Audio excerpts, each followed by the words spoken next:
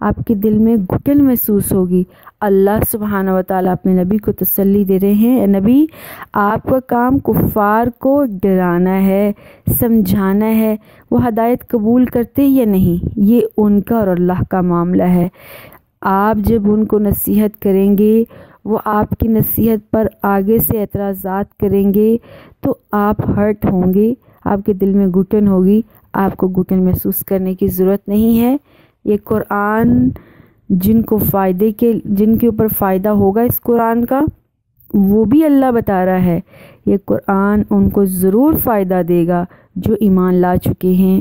یہ ان کے لیے نصیحت ہوگی، یاد دہانی ہوگی، ان کے ایمان کو مزید اللہ تعالیٰ پختہ اور مضبوط کرے گا۔ اتبعوا ما انزل الیکم، آیت نمبر 3 ہے، اتبعوا ما انزل الیکم من ربکم۔ یہاں رسول اللہ علیہ وسلم کو نہیں کہا جا رہا کہ اے رسول تم پیروی کرو۔ اتبعوا، عین واو الف، یہ واضح کرتا ہے کہ یہ بات تمام لوگوں کو کہی جا رہی، اے لوگوں جو قرآن تمہارے اوپر نازل کیا جا رہا ہے اس کی پیروی کر لو۔ وَلَا تَتَّبِعُوا مِن دُونِهِ، اور نہ پیروی کرنا اس اللہ کے علاوہ، اولیاء کسی ولی کی، کسی سرپرست کی۔ انسان ہمیشہ اسی کی بات مانتا ہے، اسی کی پیروی کرتا ہے جس کو اپنے سے معتبر اور افضل سمجھتا ہے۔ تو اے لوگوں اللہ کے علاوہ کوئی معتبر نہیں، اس کے علاوہ کوئی معبود نہیں، کوئی الہ نہیں، صرف اس اللہ کی پیروی کر لو۔ قلیلا ما تذکرون، بہت تھوڑے لوگ ہوں گے جو اللہ کی اس نصیحت کو مانیں گے، چونکہ انسان کے اندر یہ بات ہے کہ وہ جلدی سے بات کو مانتا نہیں، ہمیشہ اپنے اولیاء، پیشوا اور قائدین کو اپنی زندگی میں فوقیت دیکھتا ہے، ان کی اتباع کرتا ہے، تو وہ اسی طرف جائے گا۔ لیکن سارے لوگ اس طرف نہیں جائیں گے، اللہ کی بات کو ماننے والے بھی ہوں گے۔ چنانچہ وَكَم مِّن قَرْيَةٍ أَهْلَكْنَاهَا، اللہ تعالیٰ پرانی باتیں کر کے ہمیں وہ چیزیں بتا کے کہہ رہے ہیں، اگر ہم نے اپنے اولیاء، پیشوا، قائدین کی بات کو فوقیت دی اللہ کی بات کے علاوہ، تو جو انجام ان کا ہوا تھا ہمارا بھی ہو سکتا ہے۔ وَكَم مِّن قَرْيَةٍ، آیت نمبر 4 ہے سورہ الاعراف۔ بہت سی بستیاں ایسی ہیں، اہلکناہا، ہم نے ان کو ہلاک کر دیا۔ کب؟ فجاءها بأسنا بیاتن، ہمارا عذاب ان کے اوپر آیا رات کے وقت، وہ سوئے پڑے تھے۔ او ہم قائلون، یا وہ دوپہر کو آرام کر رہے تھے، ہماری گرفت نے ان کو اچانک پکڑ لیا۔ اس وقت جو وہ آرام کر رہے تھے اور اس وقت ہمارا عذاب ان کے اوپر آیا جب وہ سوچ بھی نہیں سکتے تھے۔ وما کان دعواہم اذ جاءہم بأسنا، جب ہمارا عذاب ان کے اوپر آیا تو انہوں نے کہنا شروع کر دیا، الا ان قالوا ان كنا ظالمین، بے شک ہم ہی ظالم تھے۔ جس وقت ان کو ٹائم دیا گیا، ان کو مہلت دی گئی کہ اللہ کے علاوہ کوئی اور الہ مت بناؤ اور اللہ کے سامنے جھک جاؤ، اس وقت انہوں نے بے فکری کا مظاہرہ کیا۔ لیکن جب عذاب بالکل ان کے اوپر آ گیا تب انہوں نے کہا ہم غافل تھے، ہم ظالم تھے۔ اب ان کا ظالم اپنے آپ کو ڈکلیئر کر بھی دینا اللہ کے ہاں کوئی فائدہ نہیں دے گا۔ وَلَنَسْأَلَنَّ الَّذِينَ أُرْسِلَ عَلَيْهِمْ، ہم ضرور پوچھیں گے ان لوگوں سے، کن سے؟ وہ رسول اور پیغمبر جو اللہ نے دنیا کی طرف بھیجے تھے، اللہ کہہ رہا ہے میں ان سے بھی پوچھوں گا۔ وَلَنَسْأَلَنَّ الْمُرْسَلِينَ، میں ان لوگوں سے پوچھوں گا جن کی طرف رسول بھیجے گئے تھے، اور میں ان رسولوں سے بھی پوچھوں گا جن کو اللہ نے اپنا میسج دے کر بھیجا۔ ظاہر ہے جب کسی قوم کے اوپر گرفت آتی ہے تو وہ اپنا قصور نہیں مانتے، وہ کہتے ہمیں کوئی ڈرانے اور سمجھانے والا ہی نہیں آیا تھا، اگر آتا تو ہم اس طرح کی غلطیاں نہ کرتے۔ اللہ کہتا ہے میں ضرور پوچھوں گا ان قوموں سے بھی جن کی طرف انبیاء اور رسل کو بھیجا گیا کہ تم اس گرفت میں آخر کیوں پڑے، کیا تمہیں کوئی سمجھانے والا، ڈرانے والا نہیں آیا تھا؟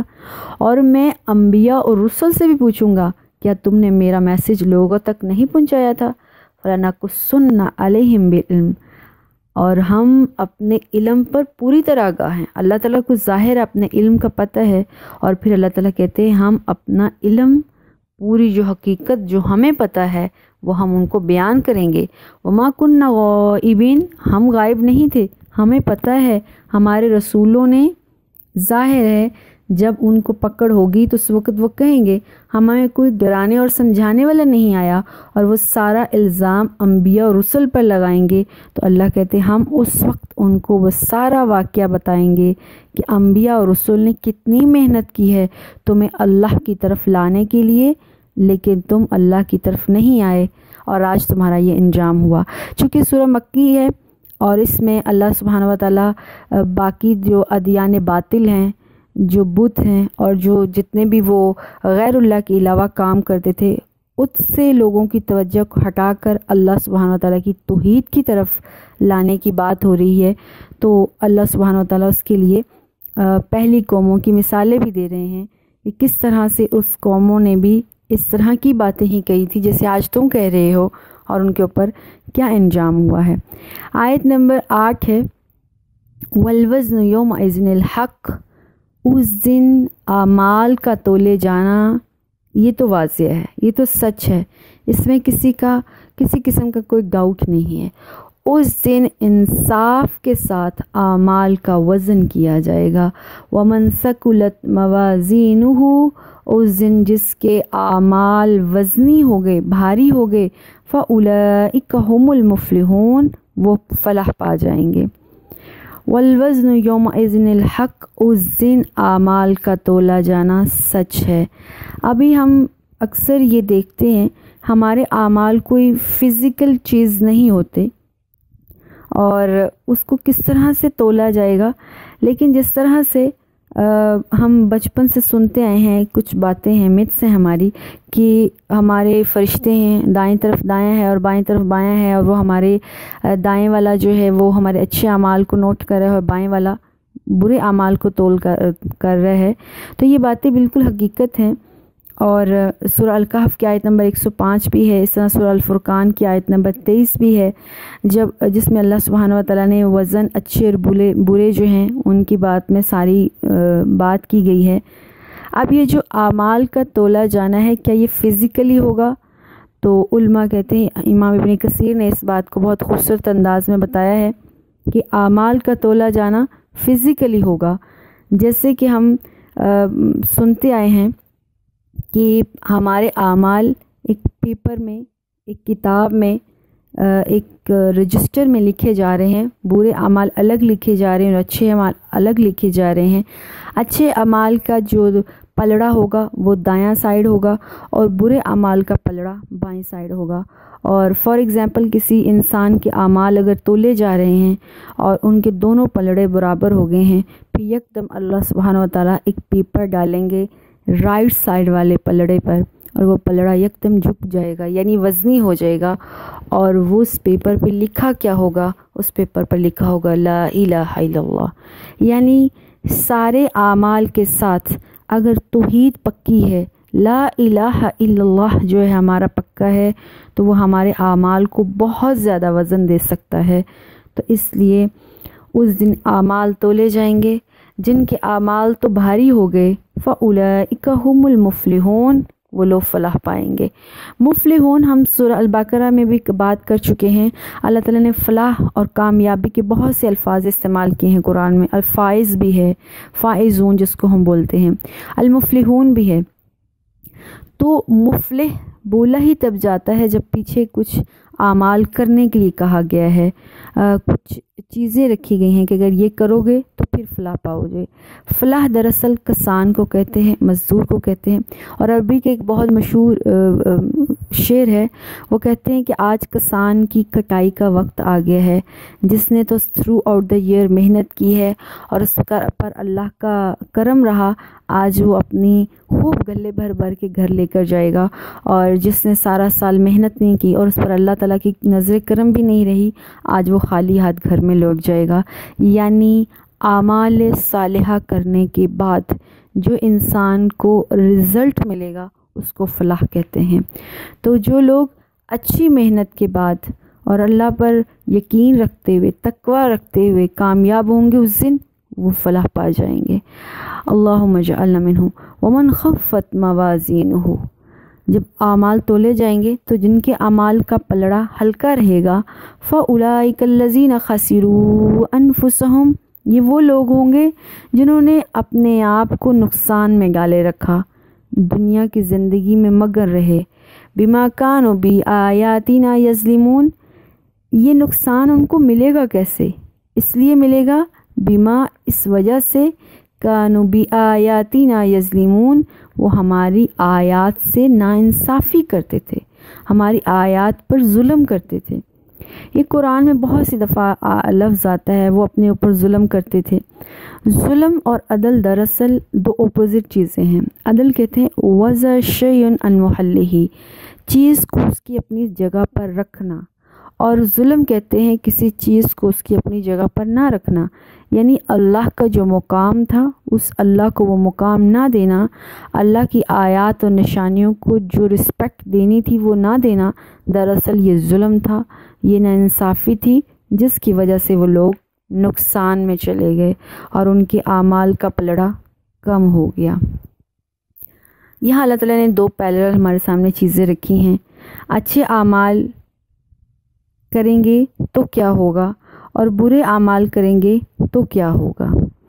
آگے ہم دیکھتے ہیں آیت نمبر 10 ہے، وَلَقَدْ مَكَّنَّاكُمْ فِي الْأَرْضِ، ہم نے تمہیں زمین میں جگہ دی، اختیار دیا، وَجَعَلْنَا لَكُمْ فِيهَا مَعَائِشَ، اور ہم نے اس زندگی میں تمہیں رہنے کے لیے تمام سامان بھی دیا، قَلِيلًا مَا تَشْكُرُونَ، بہت تھوڑے لوگ ہیں جو شکر کرتے ہیں۔ اعمال کرنے کے لیے انسان کے پاس کام کرنے کے لیے کوئی جگہ ہونی چاہیے، تو یقیناً انسان نے اس دنیا میں رہنا تھا تو اللہ تعالیٰ نے اس کو مکن کر دیا۔ مکن دراصل کہتے ہیں، اگر ہم اس کا کور مطلب دیکھیں تو مضبوطی کے ساتھ کسی جگہ پر اپنے پاؤں گاڑ لینا، اپنا ٹکانہ بنا لینا، تو اللہ نے تمہیں زمین میں مکن کر دیا، اختیار دیا، یعنی اس دنیا میں تمہارا اقتدار تھا، صرف اس میں ایسے ہی تم رہ نہیں رہے تھے بلکہ اس پوری دنیا کے تم جگیردار تھے، تم وارث تھے اور تم وارث ہو۔ وَلَقَدْ مَكَّنَّاكُمْ، ہم نے مکن کیا یعنی اقتدار دیا تم کو اس دنیا میں، اور صرف اقتدار نہیں دیا، وَجَعَلْنَا لَكُمْ فِيهَا مَعَائِشَ، زندگی گزارنے کے لیے جو بھی چیزیں انسان کو چاہیے ہیں، اس میں ہوا ہے، دھوپ ہے، پانی ہے، اور بہت سی چیزیں کھانے پینے کی، ٹیکنالوجی کی، باقی ساری چیزیں جو ابھی ہمارے پاس ہیں، وہ سب تمہارے لیے فیہا، اس دنیا کی زندگی میں ہی تمہیں اللہ دے گا، اس الارض زمین سے ہی اللہ تعالیٰ دے گا۔ قلیلا ما تشکرون، بہت تھوڑے لوگ ہوں گے۔ یہ جو احسانات اللہ نے تمہارے اوپر کیے ہیں، یہ دھوپ ہے، یہ ہوا ہے، یہ پانی ہے، یہ ایک دوسرے کا ساتھ ہے اس دنیا میں، جس کے بغیر اس دنیا میں جینا محال تھا، اور ان احسانات کا بدلہ کیا ہونا چاہیے تھا؟ انسان اللہ کا شکر گزار بندہ بن جاتا، لیکن انسان اللہ کا شکر گزار بندہ نہیں بنے گا۔ یہی اللہ سبحانہ و تعالیٰ نے فرمایا ہے، بہت بڑا احسان ہے مجھ اللہ کا، وَلَقَدْ مَكَّنَّاكُمْ فِي الْأَرْضِ، میں نے زمین میں تمہیں اقتدار دیا اور تمہیں اس میں ہر قسم کی فیسلٹی دی، سامان زیست دیا، لیکن اس کے باوجود بھی بہت تھوڑے لوگ ہیں جو شکر کرتے ہیں، اور بہت تھوڑے لوگ شکر کریں گے۔ آیت نمبر 10 تک ہی رہنے دیتے ہیں، آگے ہم انشاءاللہ آیت نمبر 11 سے آدم علیہ السلام کا قصہ شروع ہو رہا ہے، وہ ہم سارا دیکھیں گے، اور یہ جو شکر کی جو کہانی شروع ہو گئی ہے، قلیلا ما تشکرون، یہ آگے انشاءاللہ بہت لمبی چلے گی، اور زمین میں بسنا اور اس میں جو فیسلٹیز اللہ نے ہمیں دی ہیں اس کا یوز کرتے ہوئے پھر بھی اس اللہ کے احسانات کو اکنالج نہ کرنا، یہ ہم ساری باتیں انشاءاللہ آگے دیکھیں گے۔ اللہ سے دعا ہے کہ اللہ سبحانہ و تعالیٰ ہمیں سب سے پہلے تم اللہ کے احسانات کو اکنالج کر لیں، اللہ کو اکنالج کر لیں، اپنی ذات کو دیکھ لیں کہ ہمیں اللہ سبحانہ و تعالیٰ نے پیدا کیا ہے، وہ ہمارا رب ہے۔ اس کے بعد جو اقتدار دیا، جو ہمیں فیسلٹیز دی ہیں، اس کے مطابق اللہ کا شکر کریں، اعمال صالحہ کریں، تاکہ وہ من ثقلت موازین ہوں، ان لوگوں میں ہم شامل ہو جائیں اور ہم بھی مفلحون میں شامل ہو جائیں۔ السلام علیکم ورحمۃ اللہ وبرکاتہ۔ ویڈیو دیکھنے کا شکریہ۔ اگر آپ کو ہمارا چینل پسند آیا ہے تو اس کو ضرور سبسکرائب کریں، لائک اور شیئر کرنا مت بھولیے گا، اور کمنٹ سیکشن میں اپنی رائے کا اظہار ضرور کیجیے گا۔ شکریہ۔